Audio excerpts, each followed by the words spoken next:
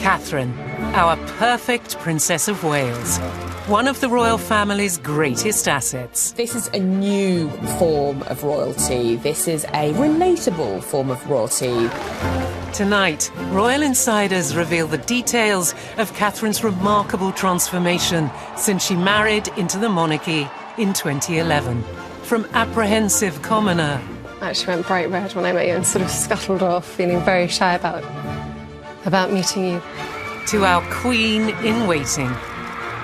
She's bringing a modern touch to the role, but respecting all of the traditions that come with being a future queen.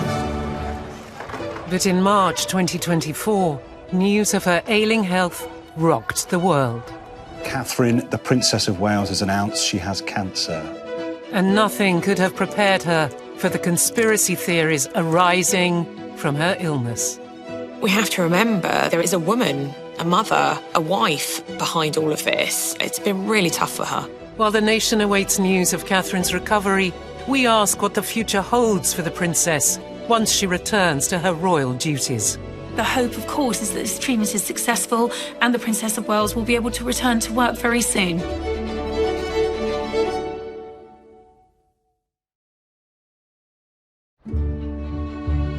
Christmas 2023.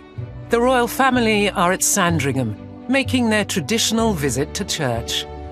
King Charles, Queen Camilla, Prince of Wales, a radiant Princess of Wales, the three children. What no one realised was that this festive occasion would be a key date in the timeline of the Princess of Wales. The last time we saw the family all together was at Sandringham on Christmas Day. Barely 3 weeks later, on the 17th of January, Kensington Palace announced that Catherine had been admitted to hospital. They said she'd undergone abdominal surgery. They didn't say for what. They said that she would be off work, effectively, out of the public eye until Easter. Unknown to the public, Catherine was undergoing treatment for cancer during early 2024 and dealing with her illness as a private family matter. But now we know that there were other things at play, and they wanted to keep that private for as long as they could. By coincidence, King Charles was in the same hospital receiving treatment for prostate cancer.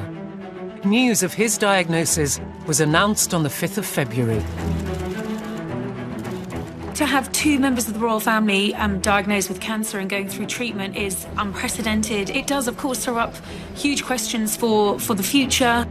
Catherine's officials had told everyone she would be back to work by Easter.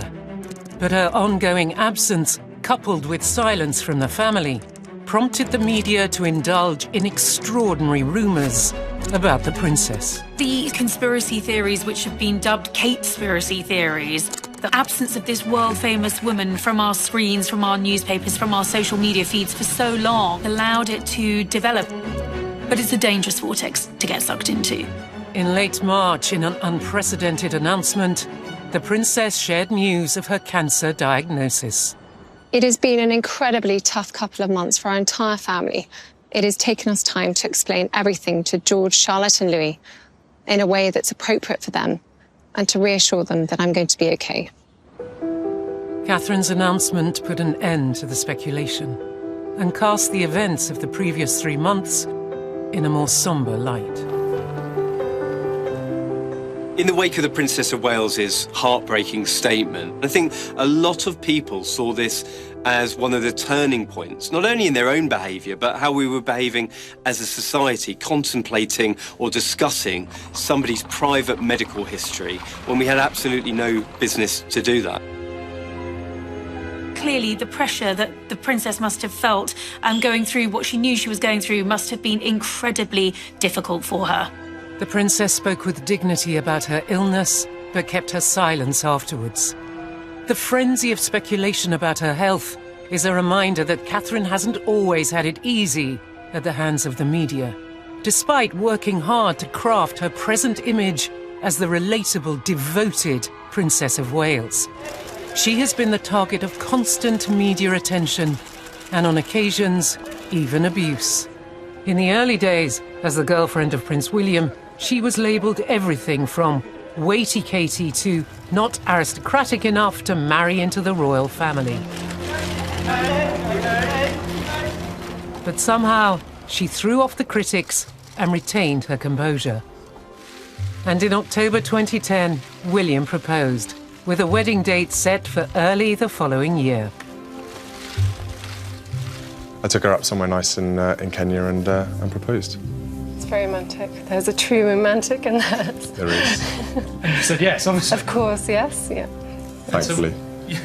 William and the palace seemed to feel that Catherine possessed the resolve to withstand the huge pressures of royal life and those of a future queen.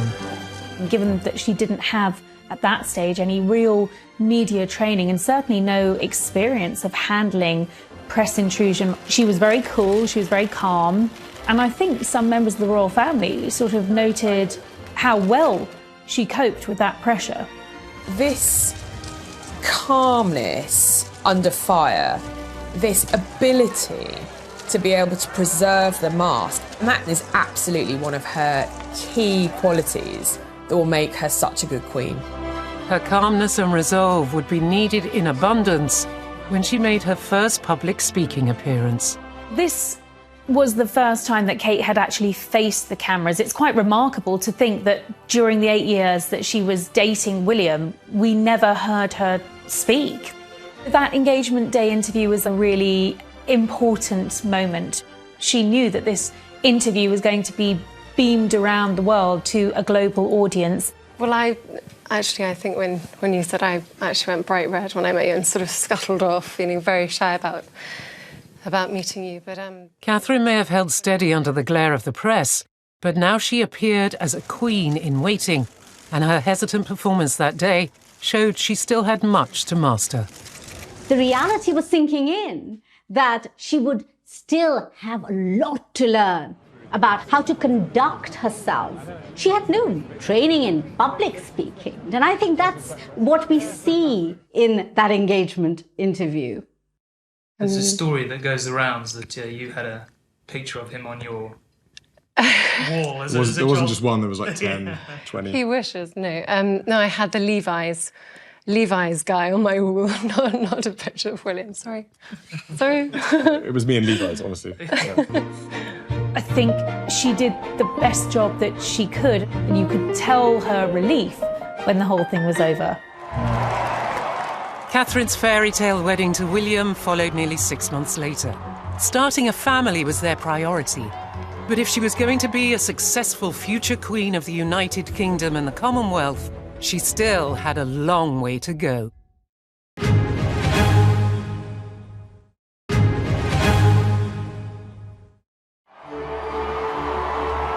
In April 2011, the wedding of Prince William and Kate Middleton took place at Westminster Abbey, in a ceremony watched by an estimated 2 billion people worldwide. It was clear that Catherine could be a style icon in the making. From the moment that Catherine stepped out of that wonderful vintage Rolls-Royce and the public saw her dress, she sealed her reputation as a fashion icon. Kate Middleton wore a dress created by the label Alexander McQueen. It was a very beautiful, extremely pared down, sort of medieval bodice with a full skirt and then a gorgeous silk overlay. Very sharp, very chic. It was as if Kate was saying to the world, well, this is my style. Catherine found that she was now viewed differently, not just because of who she'd married, but because of the way she looked. As queen in waiting, every move she made and every fashion choice was given careful scrutiny. In many ways, Catherine is as much of an influencer now as Diana was before the word was even invented. Catherine had taken years to perfect her signature style, but some of her earlier looks were considered fashion misfires. I always remember being told by a former aide that she was initially quite a reluctant clothes horse. But I think as she has grown into her role, she has appreciated the importance of fashion and royal fashion. And she does do high street as much as she does top-end fashion. It triggers what's become known as the Kate effect. And, you know, that dress or jacket or blazer will instantly sell out. So Kate's been brilliant for the British high street. At the 2023 BAFTAs, Catherine wore a stylish, pitch-perfect look. Over the last decade, her style has blossomed. She is reminiscent of some of history's great female style influencers. She's still keeping it real with the Barber jackets and muddy boots. But then she morphs into a princess wearing fabulous dresses at big events like the BAFTAs, and this is certainly worthy of a future queen. I think Catherine is doing to this era, in many ways, what Jackie Kennedy did to her era. It's fascinating, that, you know, the parallel. We have to remember Jackie Kennedy changed the whole fashion style for women in America, from frumpy 50s to a much more elegant look in the 60s. Fashion critics from glossy magazines and newspapers have followed her style choices every step of the way. Even when Catherine introduced her children to the world. Prince George was born in 2013, followed by Charlotte and Louis. And as a future queen, Catherine knew it was important she looked the part. We can see the effort that Kate had put into looking her very best, being gracious and smiling, conscious that these were images that would be recorded for posterity. She knew that Diana had done it. She even chose a dress, a polka dot dress, that echoed a fashion choice that Diana had made when she came out of the Lindo wig. She's bringing a modern touch to the role, but respecting all of the traditions that come with being a future queen. While Catherine has followed some royal traditions, there are times when she's quietly done things her own way. When it comes to her children, the Princess of Wales has taken a very direct role in their upbringing. And this very modern approach sets the tone for the monarchy that she and William hope to shape in the future. The way that they're bringing up their children actually really does emulate much more strongly Kate's upbringing than William's upbringing, and I think does also offer a lot of ways in which to be relatable with the general public. Was it different from the royal family upbringings of yesteryear? Yes, because, you know, famously Elizabeth and Philip left a young Charles and Anne while they travelled around the Commonwealth. For many people, Catherine has personified a working mum trying to juggle a lot of very complicated balls in the air. She's providing a warmth as a parent that isn't always present in the royal family. They're far more hands-on. Kate does her own shopping. She often does the school run. She gets Halloween clothes. But I think it's very important to remember that the fact that she is being given the space to do this, the support and the backing of the royal family, I think that is critical. During her interview for the parenting podcast, Happy Mum, Happy Baby, Catherine offered some royal parenting revelations unlike any that had gone before, and a rare insight into their family life. Do you struggle with mum guilt for having the juggle? Yes, absolutely. I think anyone who doesn't as a mother is actually lying. Yeah, all the time. Yeah, and you know, even this morning, I went to the nursery visit here, George and Charlotte were like, Mummy, how could you possibly not be dropping off us off at school this morning? When you hear Kate give a podcast interview and they touched on subjects like mum guilt, it was a bit of a risk that there might be a backlash and people might say, well, actually, you know, how can you relate to the struggles of ordinary people? But I think the reason why that interview worked so well is because of the sincerity and the way that she lives her life. As Catherine sought to introduce new ways of doing things, she was careful to respect the more traditional values of the royals. And we've already seen her mixing up the traditional elements with bringing the monarchy into the 21st century. If Catherine does do things differently to how things have been done before, she does them in very small, incremental ways. There's no criticism of what's been done before or what's gone before. She will do it in a very kind of don't frighten the horses kind of way. I think one of the things that has served her so well in adapting to life in the royal family, because it is incredibly difficult. For royals, often one of the biggest challenges can be handling the press. At least until her illness in 2024, Catherine had successfully walked a tightrope, acting with dignity as a future queen, while still giving the press and the public glimpses of her private family life. Photographers, journalists were given a huge amount of access to William and Harry, and we know both men have talked about how they found that, frankly, press intrusion very difficult. So when he had his own children, he was absolutely adamant he was not going to allow anything like the level of access to his family that had been allowed to him and Harry. William and Kate had to figure out a way of finding a happy medium, and they accept that there is always going to be an interest in their children's lives. And they have found a very clever way, actually, of making it work.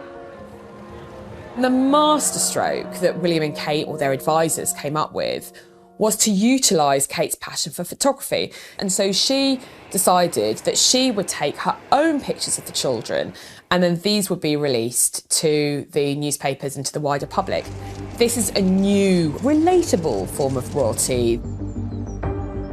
But that relatability came under intense pressure in March 2024, when the world caught sight of Catherine's new family photo. Kensington Palace released a photo of Kate and her 3 children this morning to mark Mother's Day. Social media was soon awash with speculation that the picture had been manipulated. Here's a closer look at the photo. It seems like a sweet photo, right? But when you zoom in and look at a couple details, things start to look a little weird. The following day, global news agencies told clients not to use the picture. To issue a kill notice against a photograph that was issued by the Prince and Princess of Wales is outrageous. The discrepancies in the image were the area around the sleeve and left hand of Princess Charlotte, and an unusually straight line on the edge of her skirt. The zip on Catherine's jacket, and a horizontal line across her front. And her blurred hand on Louis's in-focus jumper, as well as a misaligned pattern on Louis's shoulder. This photograph created so many problems for the royal family. It destroyed so much trust. The Princess of Wales, who we now know was dealing with a cancer diagnosis, was forced to issue an apology. I feel so sorry for Kate. I feel so sorry for her. Most of us with young kids, it's a nightmare trying to take a family picture. My understanding from the palace was that the adjustments that were made to that Mother's Day picture were minor adjustments, not the sort of replacing images and cutting new images in or potentially replacing the Princess of Wales because she wasn't in the picture. That simply wasn't the case. The comments on Catherine's picture were linked to the media speculation about her health. Despite the edits, the photo shows a striking demonstration of her closeness to her young family. The early years of Catherine's tenure inside the royal firm seem to have been largely devoted to raising her children, but she also had to carve out a wider role for herself. The flip side of her being very cautious, not wanting to kind of rush into anything, has meant that some people have questioned, well, who is she? What does she stand for? What is she doing? When Kate married into the royal family, she made a point of really doing her research. She wasn't at all afraid to go across to Buckingham Palace to speak to courtiers and advisors there and to get their advice. She didn't want to make mistakes, and if that meant being accused of being Waity Katie all over again, she didn't very much mind. It would have been so easy at the beginning to kind of jump in when the interest was sky high and to kind of take on lots of things and put her out there in many different ways. But actually, what William and Kate did was that they wanted to build up very gradually, for her to take time to grow in confidence, to grow in understanding, and for her to really build gradually a profile on the world stage. Once married into the royal family, Catherine took the opportunity to study senior royals up close, especially the late Queen. Following her example allowed Catherine to lay the foundations for her own style of duty and diplomacy, winning plaudits and silencing critics. She's been well aware of what the role as William's girlfriend and wife and mother, not only to their children, but to a future monarch and future queen herself. She has been well aware for many, many years of what that would entail. This is something that will have generational change. That notion of it being a marathon and not a sprint is something that she has really grasped and which will really stand her in fantastic stead for the future. Gradually, quietly, Catherine began to take the lead and set up her own charitable initiatives, something she continues to this day. Because she's convened so many experts and brought so many different people together from a very high level, I think she's gained a lot of understanding and a lot of credibility. It was her idea to set up Heads Together, the mental health initiative that she, William and Harry launched. She never publicised that it was her idea. It was just presented as this initiative between William, Harry and Kate, and we all assumed that it was Harry or William's idea. I think what's happening now is Kate is taking on more responsibility. We're going to see her really sticking to her core projects, such as early years development for children. The Early Years campaign has been among Catherine's signature causes for almost a decade.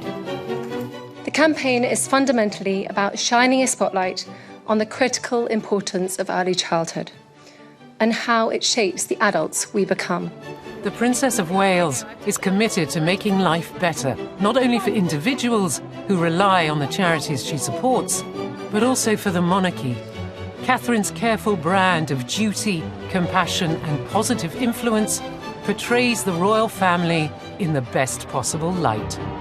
Catherine is not only the wife of a future king, she's the mother of a future king. Her whole family is wrapped up in how successful, how popular, how much of a solid foundation the royal family is on.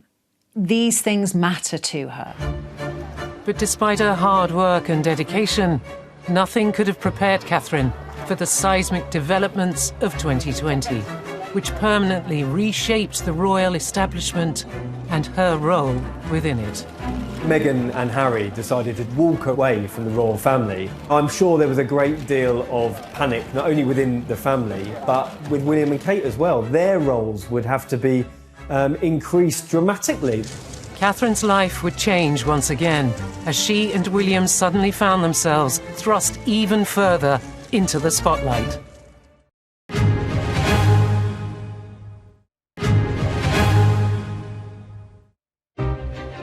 By the end of 2017, the then Duchess of Cambridge was arguably the most written about senior royal of recent times. But in November of that year, when Prince Harry announced his engagement to Meghan Markle, it seemed the spotlight could be moving away from her. I think when Meghan first arrived on the scene, Kate was probably quite glad that there was someone else to draw the attention, that there was someone else that the press would focus on. There was this new person in town. As Meghan prepared to marry Harry, there was excitement amongst the public and within the institution over the arrival of a new royal. And significantly for Catherine, that meant another outsider marrying into the family. By all accounts, during those early months, she did reach out to Meghan. She said, you know, if you want me to put you in touch with any designers, fashion designers that I know, of course I can. Kate, I think, did try as much as possible to help Meghan as she entered the royal fray. Kate, of course, then invited Meghan to Wimbledon with her. They went to the polo together. Apparently, Kate also schooled Meghan in some of those English conventions which you may not think about as an arriving American. What are all those unspoken rules that you need to follow if you're a royal? And that makes me think that when it's her time to be the queen, she herself is going to be kind and warm and opening to successive generations. The two duchesses were seen together in public becoming a positive image for the future of the monarchy. By early 2018, Catherine, William, Harry and Meghan were being referred to as the Fab Four. Certainly when the Fab Four came on the scene, there was an awful lot of interest and excitement, and just harking back to the first time when we saw them being interviewed on stage, speaking about the trials and tribulations of working together. Working as family does have its challenges, of course it does. Everybody here, the fact that everyone's laughing means that everybody knows exactly what it's like. We all sort of laughed and joked about it at the time, whereas the cracks were possibly already there to be seen. Once Meghan arrived, there were gradual changes in the press coverage of Catherine. Now, there had never been very negative stories around Kate Middleton. They were just silly. They were talking about her hair and they were sort of saying, well, she's a bit boring. When Meghan arrived on the scene, suddenly the tenor of the stories around Kate Middleton became so positive and gracious, and isn't she lovely, and see how she's doing her duty. All of the heat went on to Meghan. It seemed that the press were setting up Catherine to compete with the latest royal. The two women were pitted against each other in really quite a sexist way. And here was Kate, the perfect princess who could do no wrong. I think that very diametrically opposed narrative, good and bad, really took hold. Kate was used as stick with which to beat Meghan, frankly. In November 2018, a story broke that epitomised the contrasting portrayal of the two duchesses and brought into focus the increasingly favourable characterisation of Catherine as the demure, dutiful queen-in-waiting. Meghan was alleged to have made Catherine cry during preparations for her wedding. Yet, nearly 3 years later, in a shocking interview watched by millions globally, Meghan would claim that Catherine had made her cry. So when you say the reverse happened, explain to us what you mean by that. A few days before the wedding, she was upset about something pertaining to, yes, the issue was correct, about flower girl dresses, and it made me cry, and it really hurt my feelings. The overall point was, they resolved it. It was just a small conversation and they got over it, and that was that. All sorts of things happen in wedding preparations because emotions are very heightened. Whatever the truth of the wedding incident, Catherine was the beneficiary in the press. And royal watchers soon discovered that behind the scenes, the women may not have bonded. I'm not sure there was a natural connection between Meghan and Kate, but I think clearly there were tensions even early on. The key difference, really, I think, was how the two women dealt with it. Catherine, as far as I'm told, just ignores what's written about her. Meghan, on the other hand, got very, very exercised with what was written. Catherine's stoic attitude towards the press mirrors that of the late Queen Elizabeth, and is felt by many to be the appropriate royal response. Kate epitomizes the adage, never complain, never explain, much like the Queen. I think that they both maintain a certain element of mystique in public life. In 2019, on a highly publicised tour of Pakistan, Catherine's calm handling of the press further underlined to the world that she was really growing into her role as a queen-in-waiting. I travelled with Kate and William on the RAF Voyager from the UK to Pakistan. William and Kate had us all forward to the front of the plane where they were to chat to us. We're so glad you're here. Thanks so much for coming to Pakistan with us. We're really grateful you're here, covering all our work. Thank you so much. It was a very skillful piece of diplomacy by William and Kate, because you do want the press to be on side, because then they're going to write, frankly, nice things about you. And that's exactly what happened.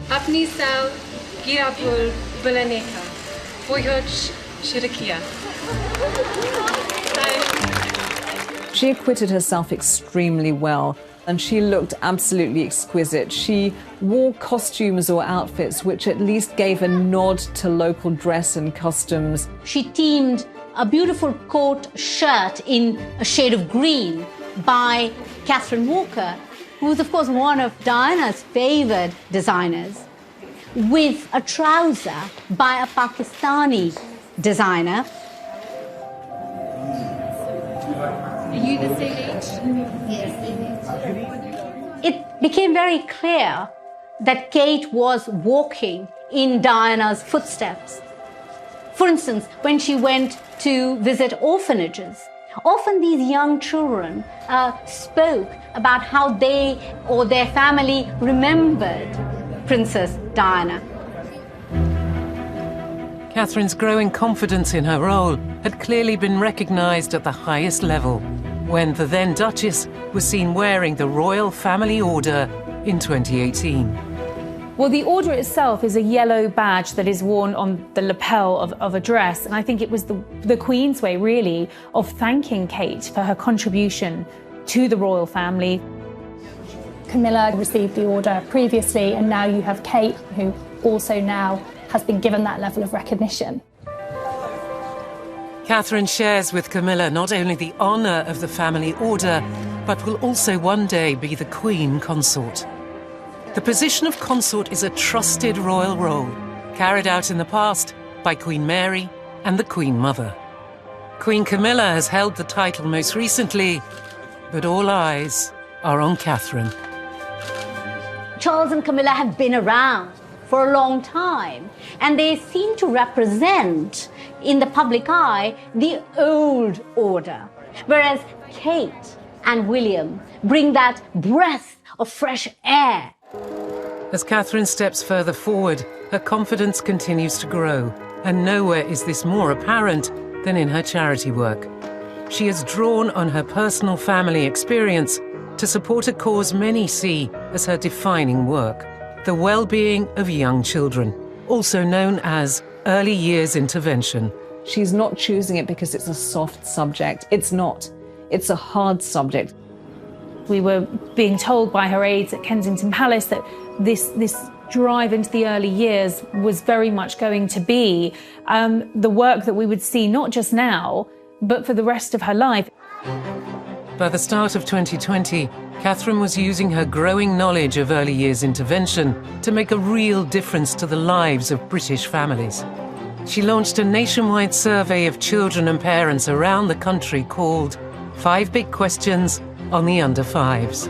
People who work in this field, they've actually said, look, some of the research she's been involved with, some of the campaigns she's got involved with, they are exceptionally valuable. She's forging new ground. And this is because she cares. And like many successful senior royals, Catherine has carefully balanced support of issues close to her heart with political neutrality. Kate has really understood that the monarchy, in order to be effective, in order to be popular, need to be apolitical. In a way, people can project lots of different things onto her because she is something in a way of a blank canvas. During 13 years of marriage to the Prince of Wales, Catherine's popularity has built to a peak. And in that time, she's barely put a foot wrong. She was never in a position where she could put her foot in her mouth because she wasn't opening her mouth to say very much. That has changed over the last few months and years, and she is being a bit more vocal. We underestimate often how good the palace PR people are, and their skills combined with Catherine's natural abilities have meant that she is a construct of the media and of the palace, but she sort of retains a natural look which seems to sit easily with that artificial element. I mean, it's a unique trick. In January 2020, as a once close family relationship started to break down, Catherine was moved even further into the spotlight. Tonight, Harry and Meghan issued a bombshell statement announcing they would be stepping back from their roles as senior royals, spending at least part of their time in North America and seeking to become financially independent. When Meghan and Harry decided to drop their bombshell and leave their royal roles and walk away from the royal family, you know, I'm sure there was a great deal of panic, not only within the family, but with William and Kate as well. Their roles would have to be increased dramatically. But it would be a moment from 2021 that would best define Catherine as a queen in waiting. While the world was still dealing with the pandemic, the then Duchess of Cambridge found herself as the face of royal grief during a difficult family time. Here was a woman at the top of her game, perfectly turned out, but also quite rightly taking her place as one of the most senior members of the royal family.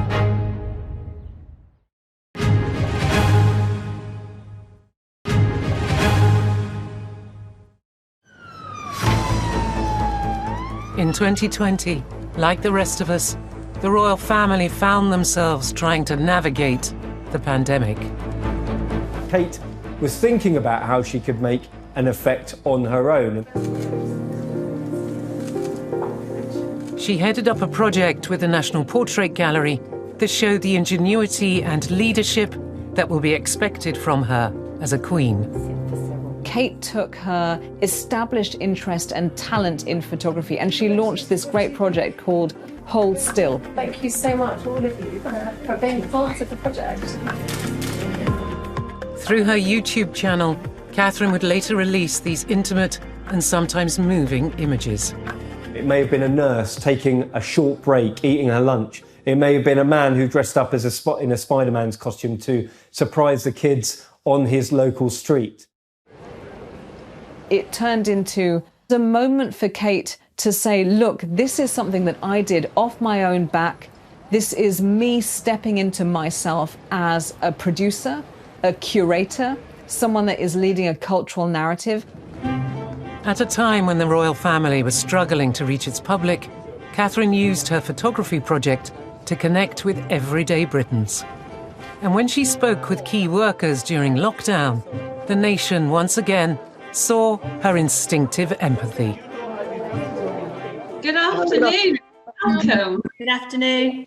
A huge thank you on behalf of so many of us, really, for all the work you've been doing for many months now. Kate came across as very dignified, regal, but also approachable.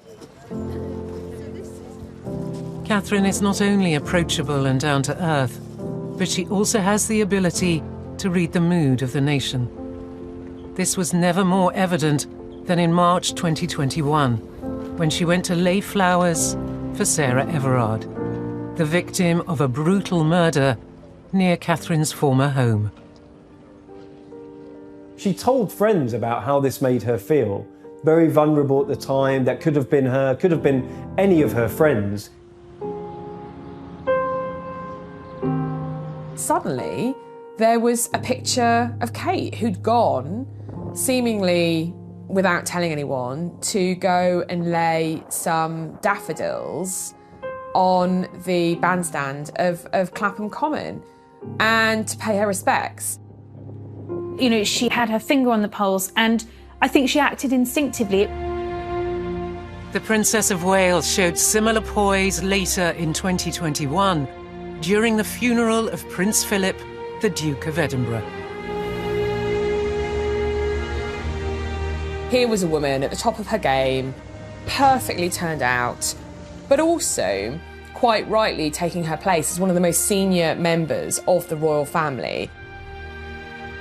I think it was one of those photographs where you really saw Queen Catherine in waiting, frankly. There was certainly a lot made of the iconic images that we saw of Kate with her black veil, the black mask, staring intently into the camera. That incredibly elegant Catherine Walker dress coat with the bow on the shoulder, the net in the hair, the incredibly glossy hair.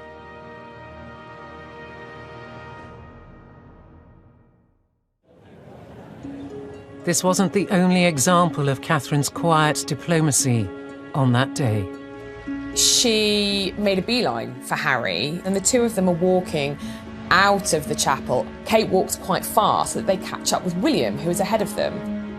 Kate herself seems to draw back a little to enable the princes to walk next to each other directly, as if she's saying, look, you guys, you have to put forward a united front. And of course, that was the moment that people had been hoping to see, the two brothers speaking together after what we know has been a really prolonged and significant fallout. By Prince Harry's account, Catherine's attempt to broker peace between the brothers was unsuccessful.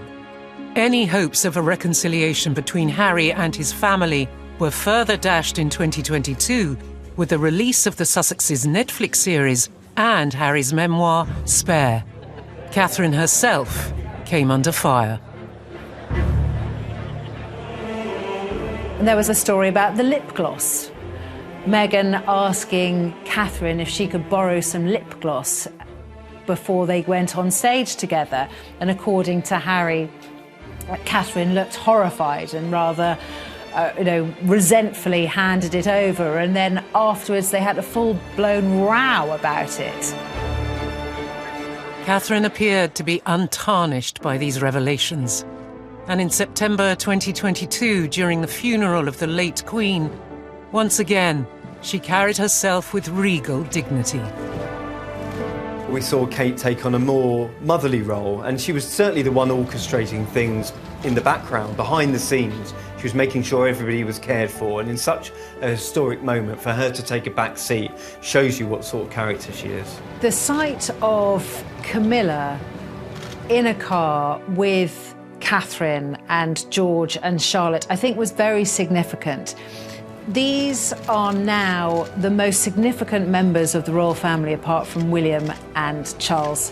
And I think that that was very deliberate. It was a way of saying, this is the slimmed down new royal family. In May 2023, Catherine and her family stood alongside King Charles and Queen Camilla at their coronation, before a global audience of 400 million viewers. A new chapter in the story of the House of Windsor had begun with optimism.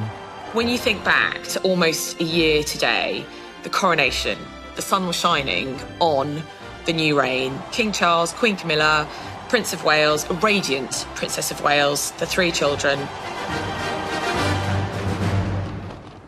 So the contrast with the first 3 months of 2024 could not be more marked, as news of Catherine's ailing health and cancer treatment shocked royal watchers worldwide. The Princess of Wales has taken a break from royal engagements for the foreseeable future. And following an outpouring of well-wishes after her cancer announcement, Catherine is expected to rest, recuperate, and spend time with her family. Physically and mentally, she's been really, really under the cosh. And it must be very, very difficult to try and recover and still be a mum and still be a partner when you are in the public gaze. And she does take her job and her duty very, very seriously. There has been no information given from Kensington Palace as to when she might return to public duty. I'm not sure a time frame for the Princess of Wales to return actually matters, because she said herself she won't return to duties until she's fully able. Maybe it's time we take a step back and allow them to exist as a family and not only an institution. The media may have pressured Catherine to disclose her illness, but the public's regard for her has never been higher. The watching world waits and hopes for her speedy recovery. The monarchy bounces back. The show will go on. It always does. The hope, of course, is that this treatment is successful and the Princess of Wales will be able to return to work very soon. The princess has come a long way from that shy, nervous outsider who married into the royal family in 2011. Well, I think when you said, I actually went bright red when I met you and sort of scuttled off, feeling very shy about meeting you. The previous decade has been quite seismic for her, and we see a woman who is incredibly confident, who has a real sense of focus and direction, who knows where she wants to go now in life. I mean, she is the gem in the crown of the royal family. Catherine is somebody who doesn't want to be seen as just a pretty face. She wants to be valued as somebody who works very hard, who is a safe pair of hands, but also somebody with a vision of the future of the royal family. And she wants to be the person who can guide the family into that future.